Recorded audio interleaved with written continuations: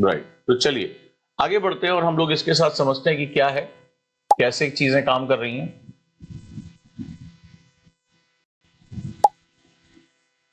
तो सबसे पहले अब आइए और क्वेश्चन का नेचर देखने की, समझने की कोशिश करिएगा। पहला जो क्वेश्चन हमारा है मीटियोर, ठीक है, मीटियोर किसे कहते हैं।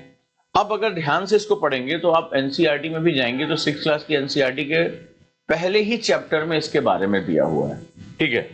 तो मीटियोर किसे कहते हैं, रैपिडली मूविंग स्टार। अब यहां पर जैसा कि मैंने 100 डेज में ये किया था, वहां पर मैं आप लोगों के लिए करने जा रहा हूं बहुत इंपॉर्टेंट तरीके से। तो सबसे महत्वपूर्ण जो चीज है वो हमें समझना है कि जब तक आप प्रीवियस अगर पीवाई अगर प्रीलिम्स कितने लोग क्रैक करना चाहते हैं अपने पहले अटेम्प्ट में ही, पहले तो मुझे कमेंट करके बताएं कि हाँ सर हम क्रैक करना चाहते हैं, हमें ये चीजें जो है वो क्रैक करनी है।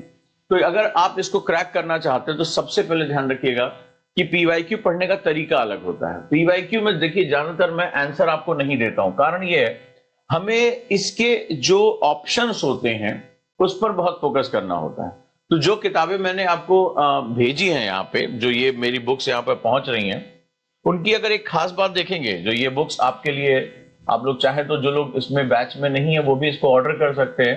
आइए आज हम लोग बात करते हैं। अब यहाँ पे हमारा शब्द है, बड़े ध्यान से इसको समझिएगा, मीटियोर किसे कहते हैं। मीटियोर, अब 1995 का क्वेश्चन है। Meteor, the word is meteor one. अभी एक पैटर्न आपको दिखाई पड़ेगा। तो ज्योग्राफी में मैंने बात किया था कि भूगोल में कॉस्मोलॉजी, जियोलॉजी, क्लासिक और मॉडर्न, 4 पार्ट हमारे इसमें अपने आप आ जाते हैं। अब मीटियोर, अब सवाल है कि मीटियोर के बारे में पूछ क्या रहा है। तो यहां पर क्वेश्चन का नेचर देखो। अब मीटियोर इज, एक मीटियोर है, हिंदी में भी क्या कहता है कि एक जो है, हिंदी में ये कहता है कि यहां पर उल्का क्या है, उल्का। तो सबसे पहले जब हम बात करते हैं, याद होगा अभी मैं जब सिलेबस एनालिसिस करा रहा था तो कुछ पैटर्न को पकड़ने के लिए, कुछ पैटर्न कैसे पकड़ते हैं, मछली कैसे पकड़ते हैं, जाल होना चाहिए, कांटा होना चाहिए, कोई ना कोई ऐसा तरीका होना चाहिए जिसपे जो है वो कोई जाली लगा देता है। तो मछली पकड़ने के लिए हमें करना है, तो ये मछली मतलब ये ढेर सारी इंफॉर्मेशन आपकी मछलियां हैं।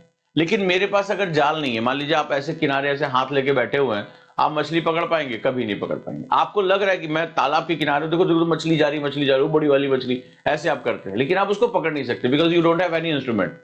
चलिए अब हम बात करते हैं कि उल्का क्या है। तो अब अगर उल्का की बात करें तो यहां जरा ध्यान से देखिए क्या लिखा है, मीटियोर क्या है। तो अगर आपको याद होगा कि मैंने ज्योग्राफी के कुछ फीचर्स बनाए थे, क्या यानी ज्योग्राफी क्या है, क्या, व्हाट, ठीक है, वेयर, ज्योग्राफी के कुछ इंपॉर्टेंट यानी कहां, वाई एंड हाउ। याद होगा पिछली क्लास में मैंने इस पर बहुत डिस्कशन किया था और बताया था कि मेंस के जो क्वेश्चन होते हैं वो भी इन्हीं आसपास जो है वो रन करते हैं, याद है डिस्कशन। और जिसने शाम की क्लास नहीं देखी वो शाम की क्लास को एक बार जरूर देख लेगा। कि अगर ज्योग्राफी की कोर वैल्यूज को देखेंगे, व्हाट, वेयर, वेयर का मतलब होता है मैपिंग। ज्योग्राफी में अगर आप स्थान कहां है नहीं जान पाओगे तो जो भू आकृतियां होती हैं वो अपने स्पेशल प्लेसेस पे होती हैं। मैंने आपको इससे पहले बताया था कि geographical features and their impact on the local climate और लोकल प्लेसेस पे। तो ये हमारे सिलेबस का पार्ट रहा है।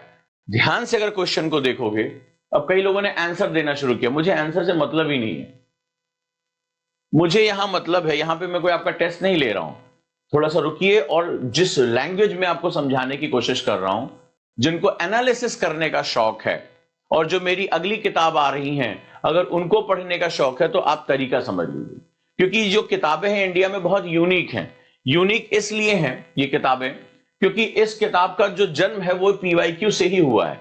अब हमने इस पॉइंट को लेकर इतनी गहरी, इसमें चाहे साइंस की रिसर्च हो, ज्योग्राफी की रिसर्च हो, सब कुछ इसमें डालने की कोशिश की। अब जरा ध्यान से देखिए, 4 ऑप्शन दिए हैं। तेजी से चलने वाला तारा, दैट इज तारा। तो what do you mean by tara, ये स्टार किसे कहते हैं, इसकी डिफिनीशन क्या होती है, यहां से क्वेश्चन बन गया। अब आप देखिए कि क्वेश्चन कैसे निकलता है। तेजी से चलने वाला तारा, बाह्य अंतरिक्ष से पृथ्वी के वायुमंडल में प्रवेश करने वाले पदार्थ का एक टुकड़ा। तो what do you mean bye outer space, what do you mean bye outer space, बाह्य अंतरिक्ष किसे कहते हैं। पृथ्वी के वायुमंडल में कौन सी फेनोमेना होती है जहां पर हम लोग पृथ्वी के वायुमंडल यानी एटमॉस्फेयर ऑफ द अर्थ, जो इसका एक हमने बात किया था, फिर से मैंने आपको फिर एक 4 चीजें बताई थी कि ये 4 चीजें आपस में कैसे कनेक्टेड रहती हैं। Lithosphere, atmosphere, biosphere and hydrosphere. जो चीजें मैंने आपसे कॉन्सेप्ट कहा था बार बार ये रिपीट होगा। तो एटमॉस्फेयर में ऐसा क्या होता है, एटमॉस्फेयर का काम क्या होता है, इज ए प्रोटेक्टिंग लेयर में प्रवेश करने वाला पदार्थ का एक टुकड़ा। अब ये पदार्थ है क्या, इसका भी आगे चलकर क्वेश्चन आएगा। आपको लग रहा है क्वेश्चन यही खत्म हो गया, ये जो वर्ड पदार्थ है यानी मटेरियल है, अब जब आगे आप जागोगे पृथ्वी और उसका इंटीरियर, यही पदार्थ की क्वालिटी। जब आप पृथ्वी के बारे में जानकारी लोगे, एनसीईआरटी भी पढ़ोगे, तो यहां पर प्रत्यक्ष और अप्रत्यक्ष यानी कि डायरेक्ट और इनडायरेक्ट दो एविडेंसेस आते हैं, जिसमें डायरेक्ट जो है एविडेंसेस में उल्का, उसमें क्वेश्चन पूछा गया है कि निम्नलिखित में से कौन सा पृथ्वी की जानकारी का प्रत्यक्ष स्रोत है, डायरेक्ट एविडेंस ऑफ दिस। और यही ये जो इसका क्वेश्चन है वो उसका ऑप्शन बन गया था इस क्वेश्चन का।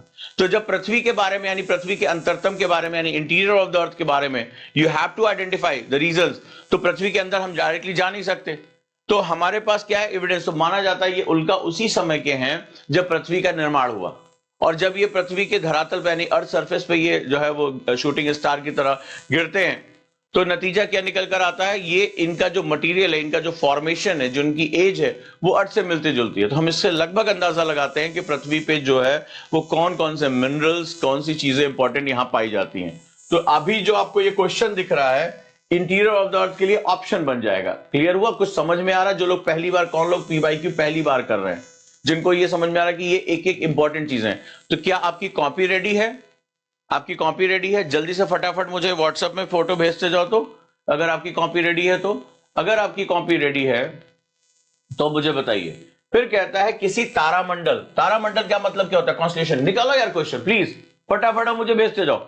हमने कितने सेगमेंट किए? हमने पहला समझा what, where, why, how. Geography में ये 4 डोमिनेंट फैक्टर्स होते हैं ज्योग्राफी को डिसाइड करने में। फिर लिथोस्फीयर, एटमॉस्फेयर, बायोस्फीयर, हाइड्रोस्फीयर, ये 4 चीजें बताई। अब मैंने क्या देखा, उल्का एक वर्ड है। यहां पर देखो कॉस्मोलॉजी बहुत बड़ी है, कॉस्मोलॉजी इतनी बड़ी है कि आज जो भौतिक विज्ञान है अपने उच्चतम स्तर पर केवल 4% जानता है हमारे यूनिवर्स के बारे में। तो फिर हमारा आपके पढ़ने के लिए तो बहुत कुछ बाकी है। लेकिन अब जरा वर्ड देखना, आपको पता चलेगा कुछ ऑब्जेक्ट्स जो डेरिवेटिंग ऑब्जेक्ट्स हैं वो बार बार यूपीएससी पूछता है, उन ऑब्जेक्ट्स के बारे में हम समझते हैं। लेकिन तेजी से चलने वाला तारा, तो मेरा पहला क्वेश्चन है तारा, स्टार किसे कहते हैं? What do you mean by star? Second one is right. अगर हम इसको थोड़ा सा भी आगे जाएंगे